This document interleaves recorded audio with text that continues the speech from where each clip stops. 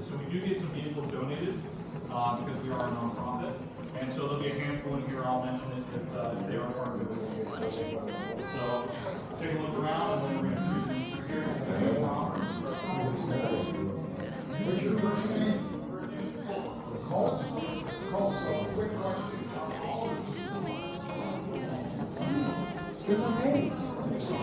Yes, ma'am. Come on. We'll be back in just a minute.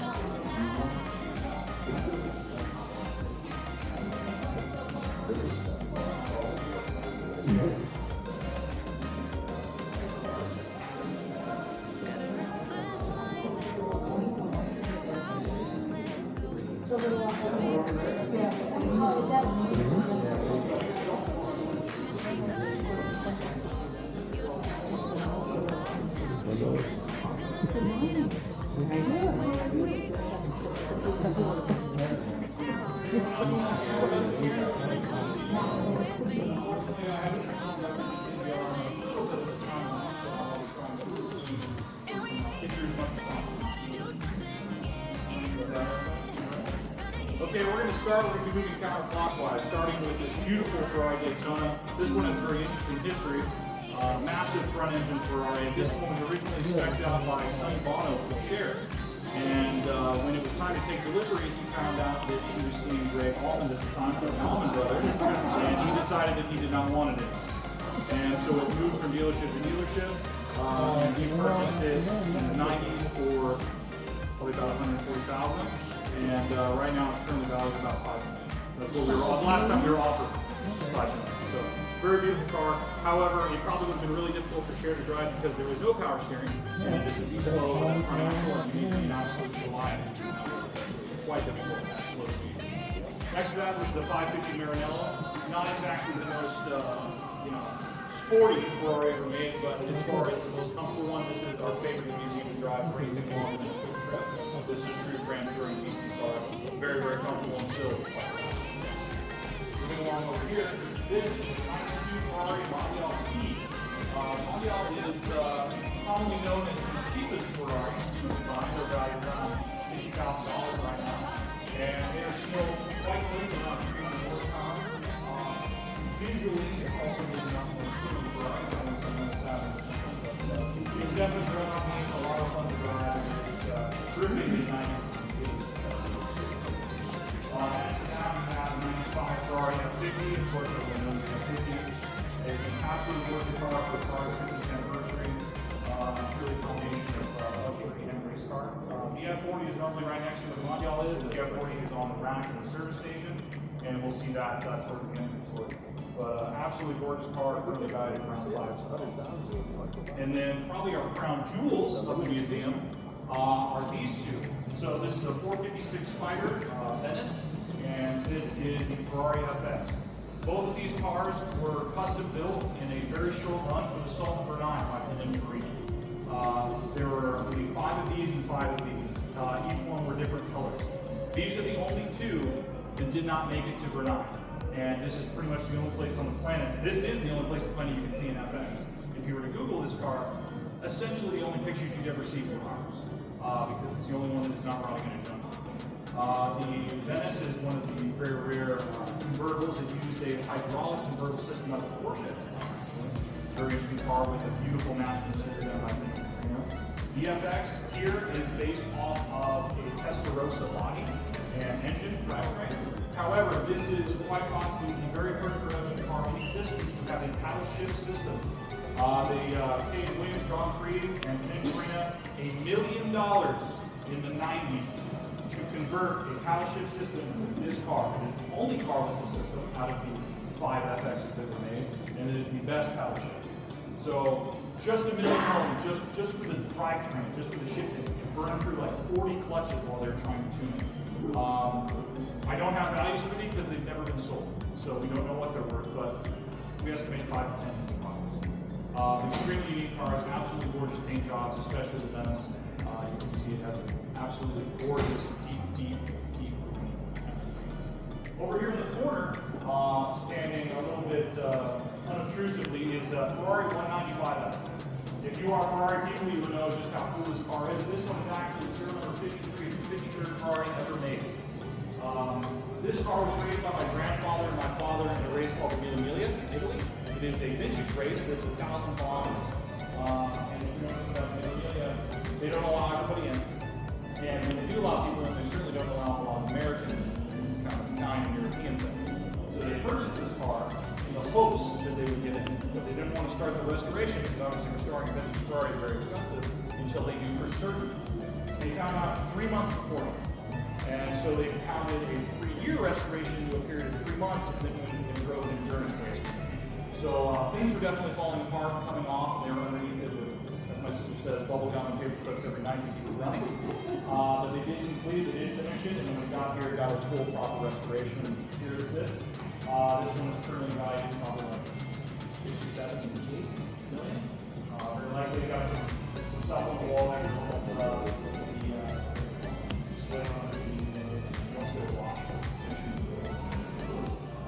This is a 355 Berlin. We have 2 of these currently in the museum. This one's a very special one. Does anyone know anything about the Ferrari Challenge race? Have you ever heard of it? So Ferrari puts on the Challenge race. Essentially, it is a gentleman's race for Ferrari owners and amateur racers as well as some professionals.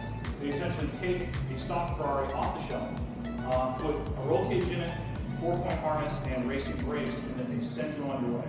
And it's basically hard promotion, hard fun, and allows people throughout the race. My father did the 348 challenge and won the U.S. and World Championships and went to Italy to go race the VP time.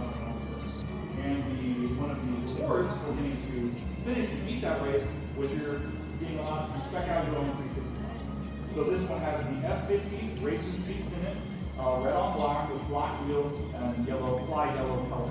So this is the only 355 we spec. We call it Marconi spec, I guess if you want. Extremely unique. It's actually one of his favorites. And then we have 3 T-birds right now. If you're a T-bird person, that's awesome. We have a really gorgeous one here with this absolutely stunning turquoise and white material. Gorgeous. Does anyone have any questions so far? Okay, moving on. This is our F1 wall. We do have a lot of F1 cars from various F1, F2s, Formula 5000. This is probably our most famous. We've got Michael Schumacher, Nigel Mansell, and the legend Ayrton Senna, of course, up top. These were all driven and raced. Nigel Mansell, of course, famously, we're talking about disconnecting his organs from his rib cage. F1 racing is pretty scary. So we're really honored, especially to have Senna's car here. And we got to put it up on the wall. We got to keep it out because it is such a way. Anyway, we're going to keep cruising this way, everybody. Oh, 100%, yeah, we do the wall thing. A lot of people don't do it, but I will also say, every car on the wall in here still has the engine and drivetrain. They ran when they hung them.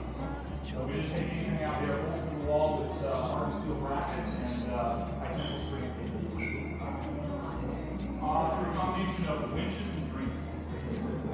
We have, of course, one of the most iconic cars of all time, DeLorean, another company famous for Back to the Future, of course.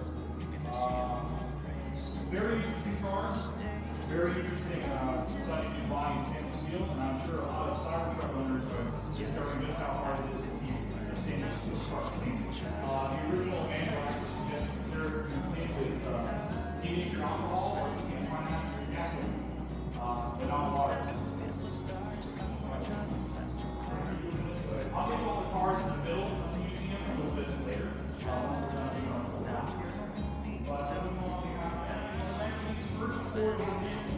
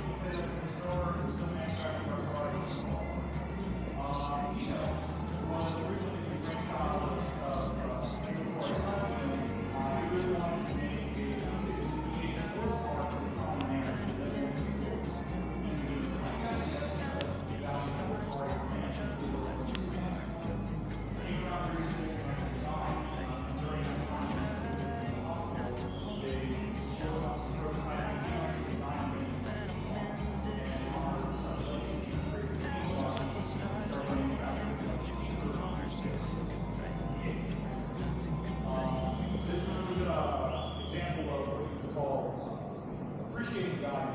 He knows used to be kind of out of the knows anything about it. He used to be kind of the auto every day. Then he spends the car, you get 15, 18 grand. You can go run and finish the race. It's a lot of fun. They have, in the last 30 years, gone absolutely ballistic. You have a Ruby Brown one in there that we bought for $17,000 in the 90s. They're currently worth upwards of $250,000. So just because the car's not valuable now doesn't mean it's not going to be in the future, but I'm just telling you. Right next to that, we have actually a very recent donation from a good friend of ours.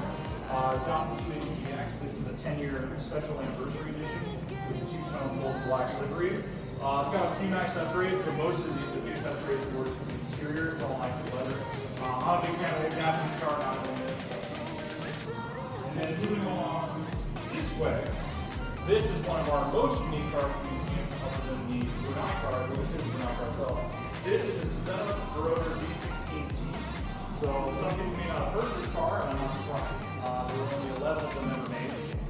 This was the brainchild of Claudio Zampoli. He was for Lamborghini, and he always dreamed of creating his own supercar with his own engine in mind. And so he spent an obscene amount of money back in the 80s. He spent, again, more than $1 million designing and manufacturing his own proprietary engine.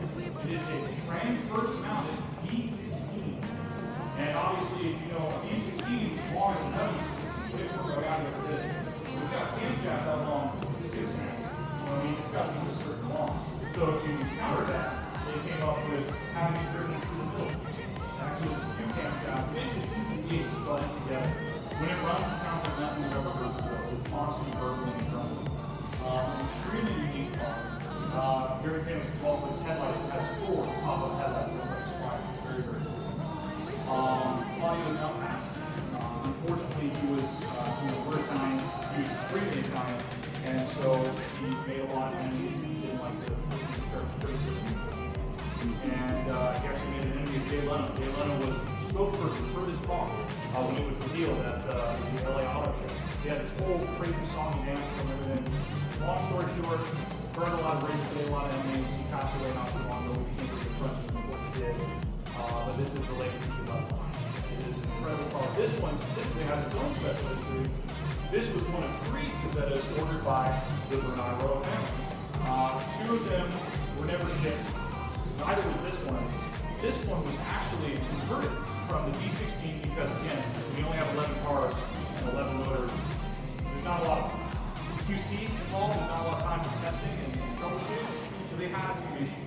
This one was actually converted by Pininfarina to take a Ferrari 512M Testarossa motor and drivetrain. So this no longer has a 16-cylinder in it. It's actually been permanently converted. It can no longer accept its original motor. So that makes it, in its own way, even more unique. So one of my absolute favorites, I would say extremely understated. The fun fact about this car, this body line, unfortunately we can't really see it directly from the side, but this body line is one of the original 4 designs that Lamborghini put forward for the Lamborghini yacht. And right at that time, Lamborghini was acquired, they were going bankrupt, and it was Chrysler. Whoever bought them said, okay, pump the brakes, no weird stuff, keep it normal, and they actually went with the much more toned down design you see today.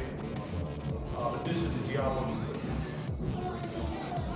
Moving along, next one, this is a Mazda RX-7 FD. Very, very cool car, very Japanese car. This car is not powered by cylinders, it's powered by rotors. So it's always on the power stroke. Angry little triangles in there. Extremely hot, shoots real big flames out the back. It's probably one of my favorite cars. Moving down this way, I don't know if anyone here, obviously we're all German guys here, we enjoy the German cars. But if anyone's fan of American cars, we have our Z06 race car here that we use for the track. This one is a full custom front carbon splitter and APR big wing in the back there. Forged racing wheels with custom V-blocks because we were generating too much downforce and shifting our tire on the wheel. This one we use for anything between attack, just fun days, license plate reads GT3. If anyone wants to go and test that, we'd love to see your little springs, okay? We'd love to see. Yeah, this one makes about 600 horsepower with crank, full forged, Phillips parts, titanium rod. It's a lot of fun, really loud. We actually just got a Formula Z 3D printed pipe for it for my dad's birthday. We're going to be installing that soon. Should be great. Down this way we have quite a few cars. This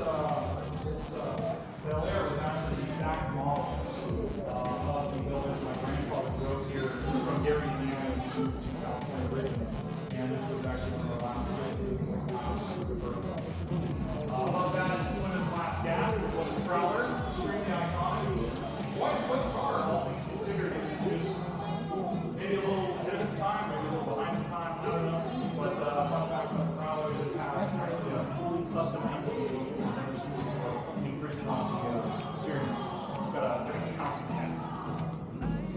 We got a 428 Mustang on one here.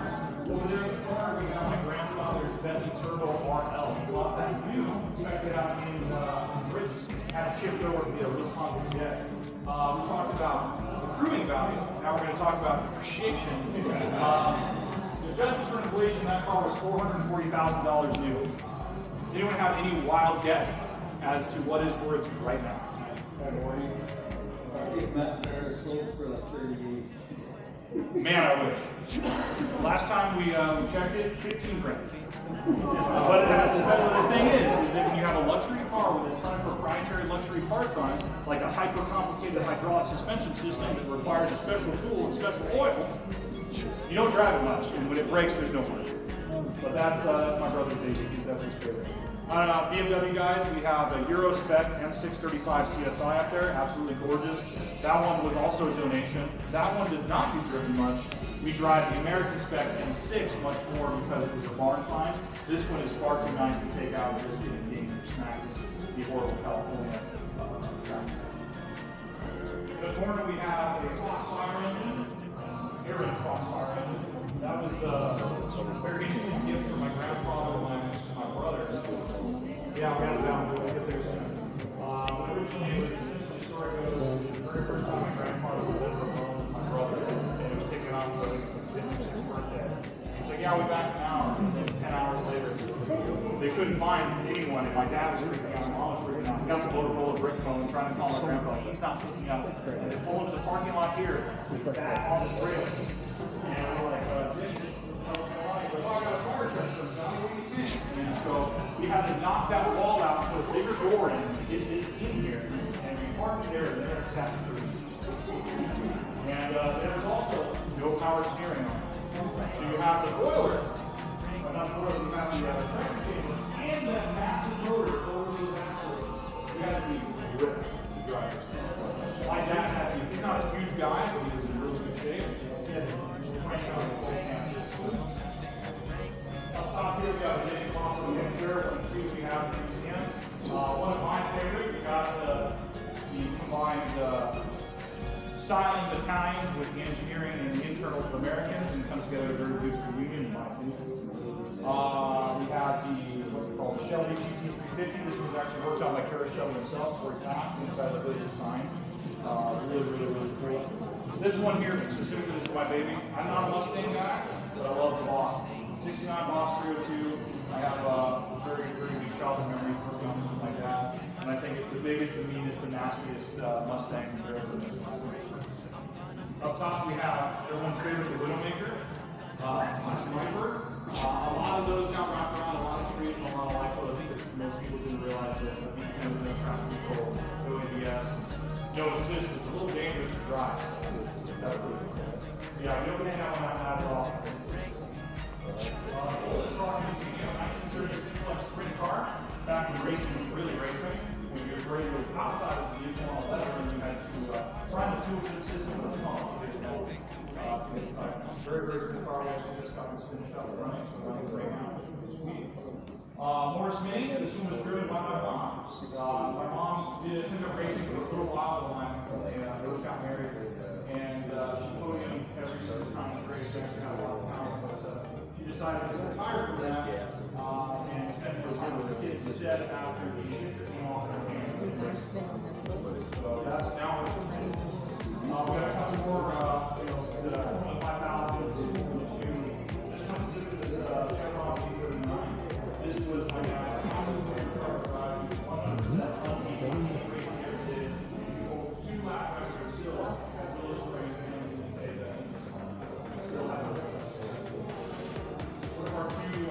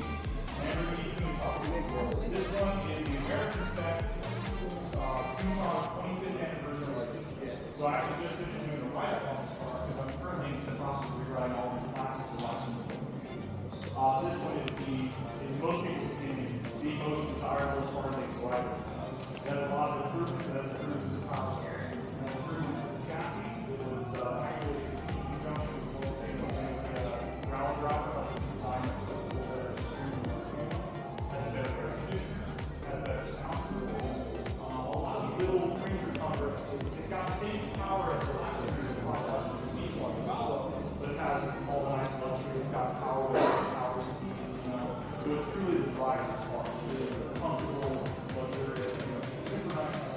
This was also redesigned, the outside mirror of the M was redesigned by out of the days.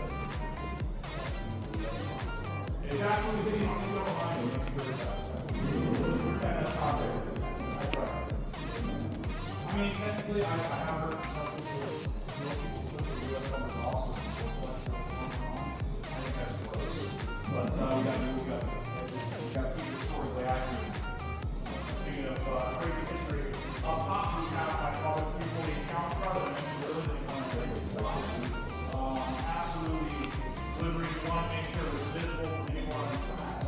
My father very famously was accused of cheating every single time he drove anywhere and did anything because he was really good at what it is. And they took this car apart so many times and it was constantly full of politics. That was actually one of the reasons my dad stopped racing professionally. Everyone's politicking, it's always he said, she said, boys club, you know, it's we got to be part of this, for that, the other thing. And so our famous slogan is actually along back, is just shut up and drive. And we got really sick. I know we have some BMW fans in here, I'm sure you can't do the absolute legend of BMW M1, gorgeous, in fact, some people, the engine in this actually ended up in the 635 up there, it's like 1.5. And to a lesser extent, the M6 after it was neutered by US small. Here's the other thing at the top. This is an M12 we actually just acquired. A friend of ours passed away.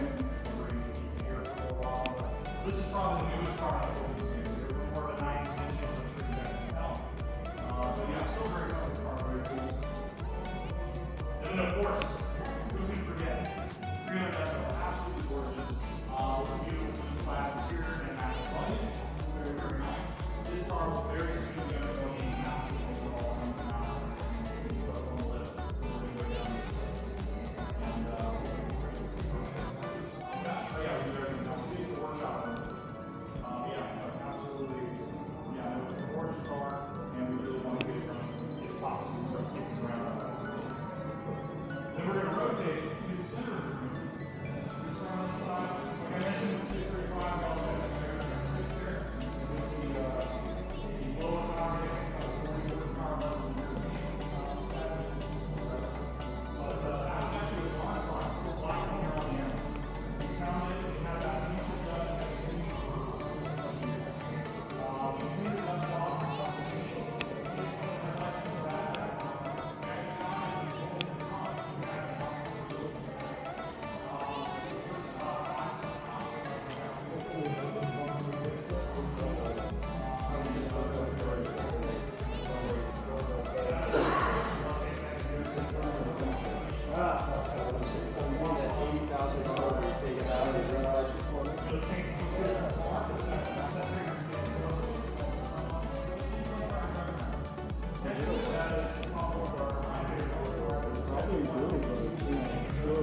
had the top of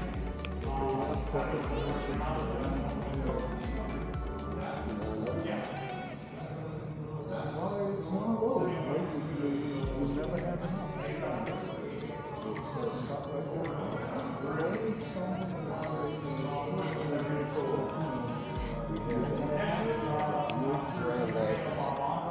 High performance for What year? 80-something? 86. Okay, yes. 39 miles. Because not only do we learn how to drive around the track, we also learn extremely important skills from California specifically, as in predicting people, three-point driving language, being able to look ahead of you, not just exactly what's in front of you, but look 3 turns ahead for danger and trouble. So it's very practical. It's one of the things I actually recommend, especially with new tourists and kids. If you ever get the chance, go to race school. Because not that you have really good time, but yeah, race school, much less chances to look up at death. Actually, promise mom I would never mind this, she said, so I promised her. This was originally, this actually the car, the exact car my sister drove. When she went through school, we asked her how first chance out of it, it's time to settle, because racing that's the initial one off for like 10, 15,000 on it, because there's a lot of hard miles on it, shit all so we kept this one. Bob was unfortunately on our Woody list, like all along it, and signed it down for us. Memorial Day. And then directly behind the gentleman in the fiery orange shirt, we have Burgundy Beast. This one has a little placard. If you want to know the church, go back and read it. Essentially, this was bought new by a really good friend of ours. And he then shipped off to Vietnam, came back, shipped to Germany and Europe. It's a 68. Germany and Europe, and he had shipped over. He drove all around while he was stationed out there in Europe. Had to ship back and sat for a really long time. The very last thing he did before he stopped driving, is spend probably $100,000 restoring this. Not just after you, but better than it was. Better radiator, better motor, Willwood brakes, sound system. But from the outside, it looks tough. And it's an absolute gorgeous car. It's the funniest thing in the world. It's like my Casio watch. We have $10 million cars in here, but for some reason, this Burgundy Mustang base model didn't even spring for the extra mirror. Gets more questions and comments than anything else. It's very, very good. Next to that, in the absolutely eye-gouging sassafras green, is another that's my mom's car. Originally, we were restoring it for clients. My brother is a certified car and car restoration specialist. He manages our restoration business. And this is the car that we were restoring, and my mom had come down to drop off some parts here at the garage down in Holland. We didn't do it all day, every day. And she's like, wow, that green is so nice. I love that so much. Is this ours? And my dad's like, oh, no, this is for a client. This is working on, the thing that's working on this. She's like, oh, man, it would be really cool to have this. And after hearing that, my dad is kind of a hopeless romantic. My mom thinking, oh, I can't comment. We were just like, do it. And so we purchased it, gave it to her as a gift on Christmas Day. We had 2 burnt valves in them. And so it was not running well. Gave it to her as a gift on Christmas Day this morning. And then this. So it's actually a much more special car because I'm just saying, it could have been from. it's not an SL 300X. Much more beautiful than the 100X.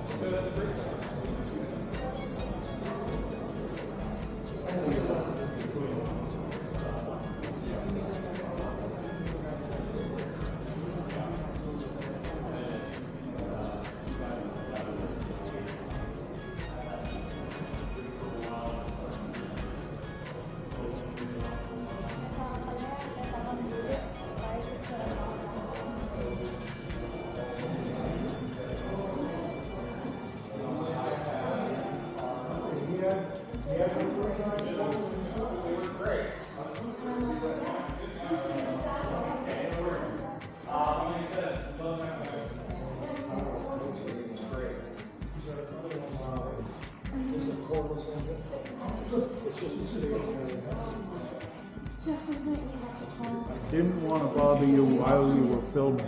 Yes, sir. It looks like you have a great setup. I'm trying. I'm learning. I'm practicing. You So have this like- this is a 360. So this is what the camera sees right now. So I'm recording, but it's recording everything. Right. But the camera is not moving while you're. No, that's the one up top. 280 degree lenses. Then the software does all the magic.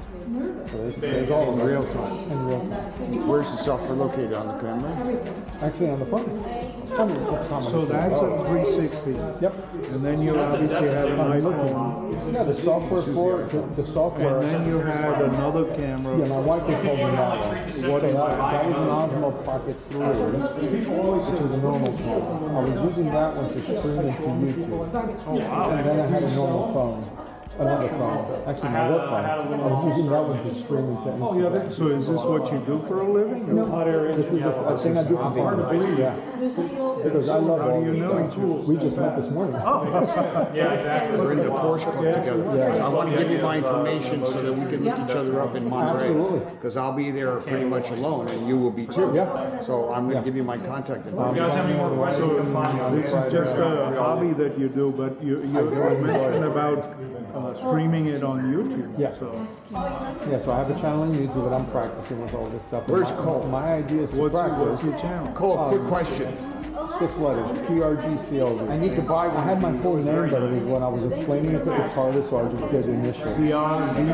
PRG PRG. CLV. Because I'm from Las Vegas.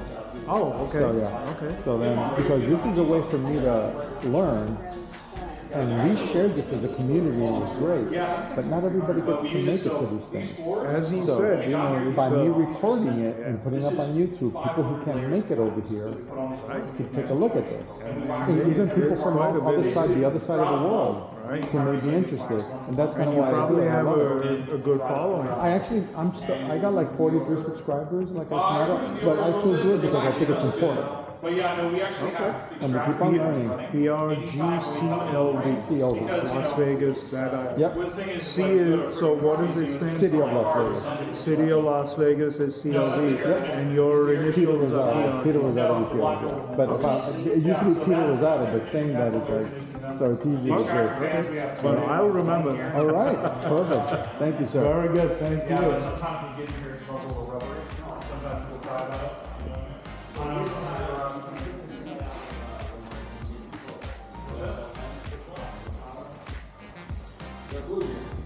No, you don't. No, it's a humidifier. It's not a swamp pool. Yeah, it's strictly used just for drawing floor after waxing before cutting.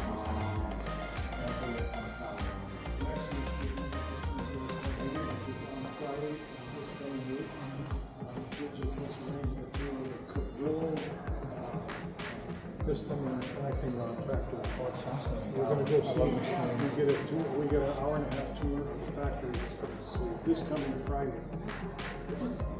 She is the president and the event planner. She's the leader. Okay, what about the German gal? She's a one-man show, but she does amazing. One person. Okay. Sorry. I caught one that. person. That is a great compliment in our culture, man. But yeah, you're looking for like a swamp pool? Yeah, I need something. My contractors put a giant unit there. It was just funny. I want a 2 small seconds unit after you said because of it. the fire in my lower level right there. So Oh, you want an ozone? That's what you want.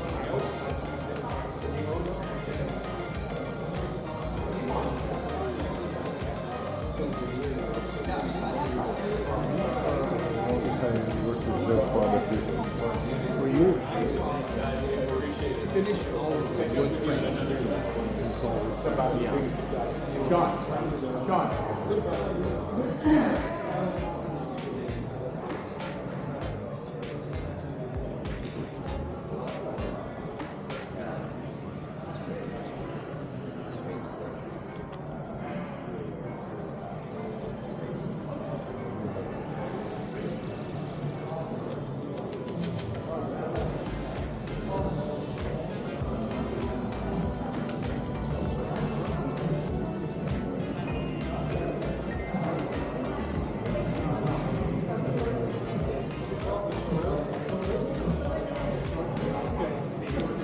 Give him the promo that thing too. Yeah, totally.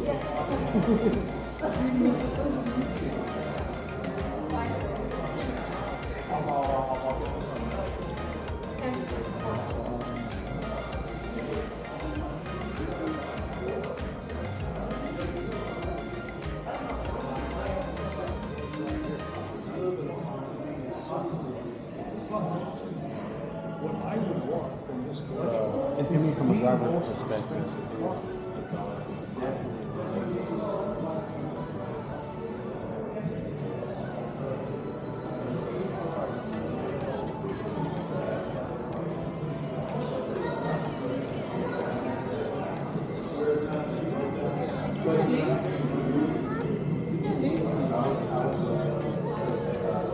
es mi esposa, es una pruebita.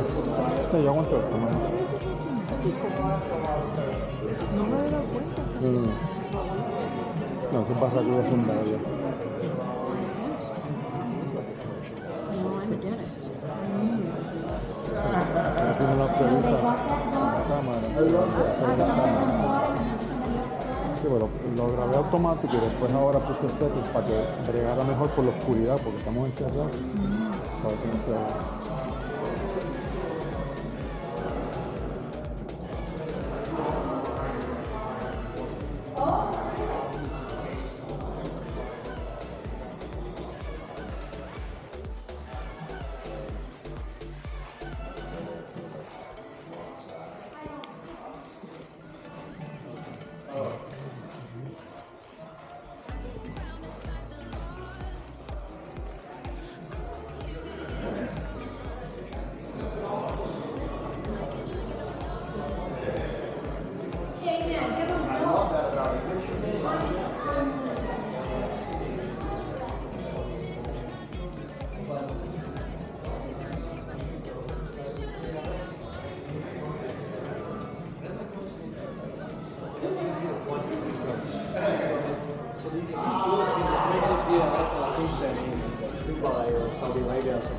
How many countries do go?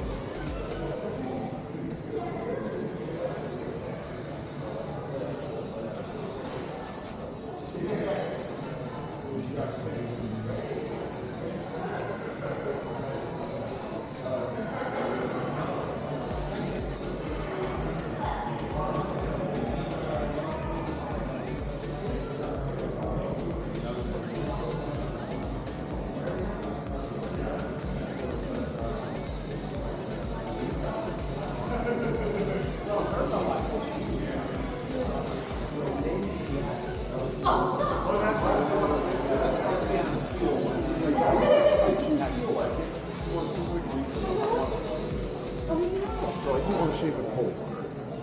That way that we could.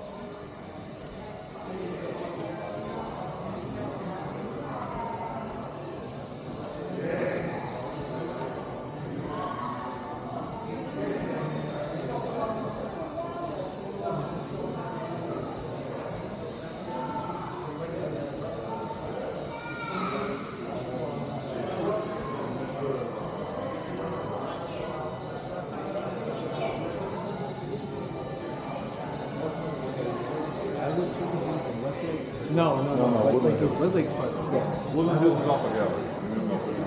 The problem is, the guy